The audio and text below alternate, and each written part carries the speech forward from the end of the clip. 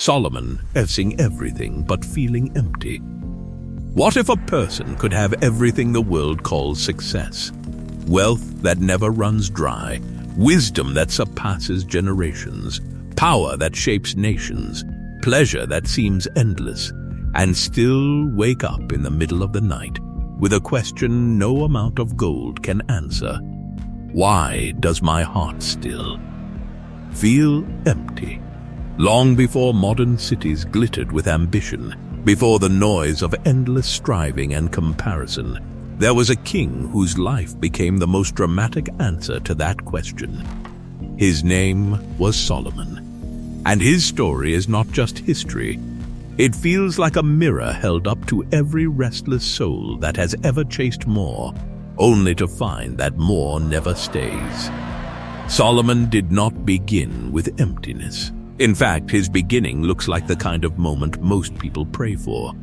A young king suddenly crowned with responsibility too large for his age. He stands at the edge of destiny with a nation watching him. And then comes the defining moment, a choice offered almost like a test from heaven itself. Ask for anything.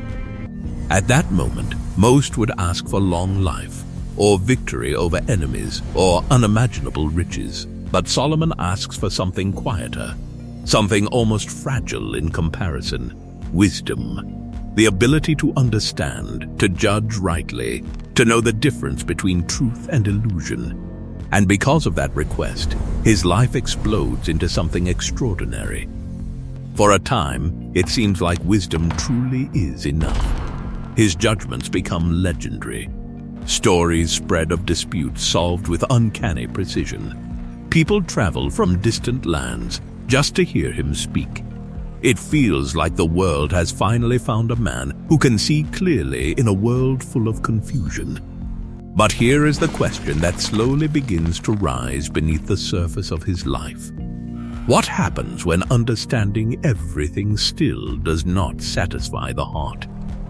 As years pass, Solomon's world expands beyond imagination. Wealth pours into his kingdom like rivers converging into a single sea. Gold becomes so abundant that it stops feeling rare. Palaces rise like statements carved into stone. Gardens bloom in patterns that feel almost unreal. Music, poetry, architecture, trade, all of it reaches heights that make neighboring nations pause in awe. If happiness were an accumulation, Solomon should have been the happiest man alive. But life has a strange habit of revealing truth quietly, not loudly. And quietly something begins to shift inside him. Have you ever reached a point you once dreamed of, only to feel a strange silence instead of joy? Have you ever noticed how the feeling of arrival lasts far shorter than the journey of desire? Solomon begins to notice this not as an occasional thought, but as a pattern that refuses to disappear. So he does something most people only imagine in their minds. He tests life itself. If wisdom alone is not enough, maybe pleasure will be.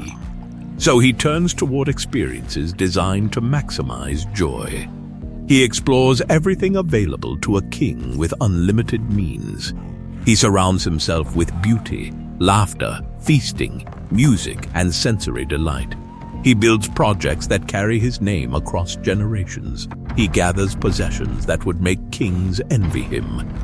He experiences what it means to never say no to desire.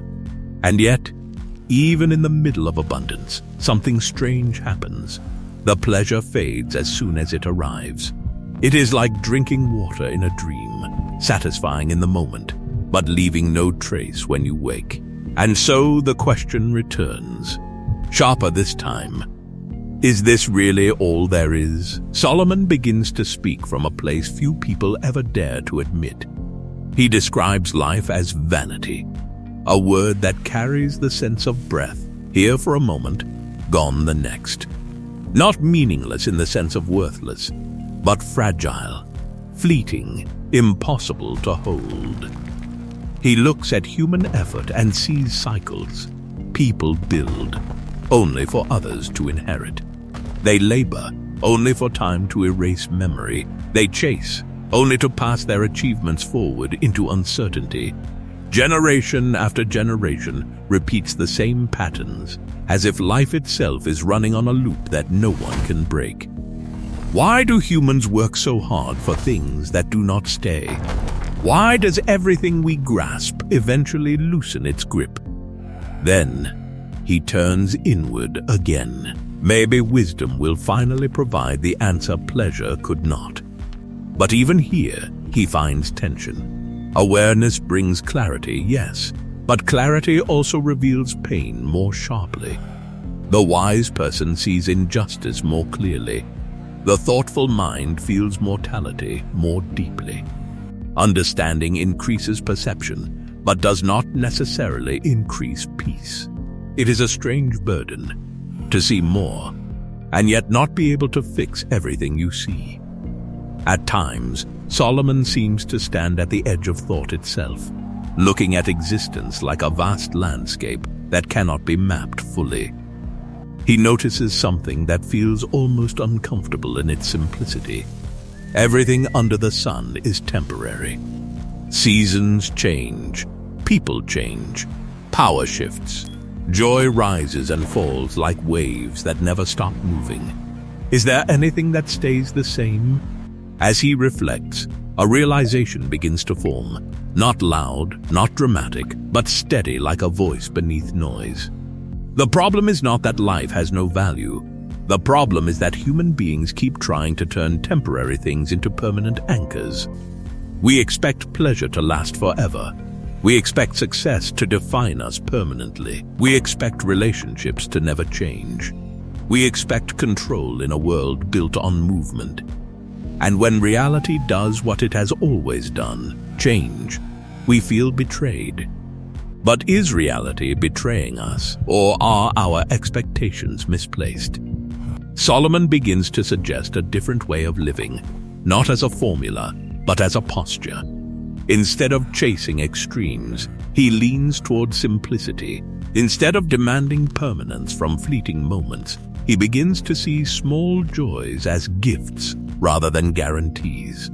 A meal enjoyed, work done in its time, relationships valued without possession, days received rather than controlled. Yet even this does not erase the deeper question, because simplicity does not stop aging. Gratitude does not stop loss. Wisdom does not stop time. So the tension remains unresolved. And maybe that is the point. Because Solomon's journey is not just about a king experimenting with life. It is about a human being discovering the limits of human fulfillment.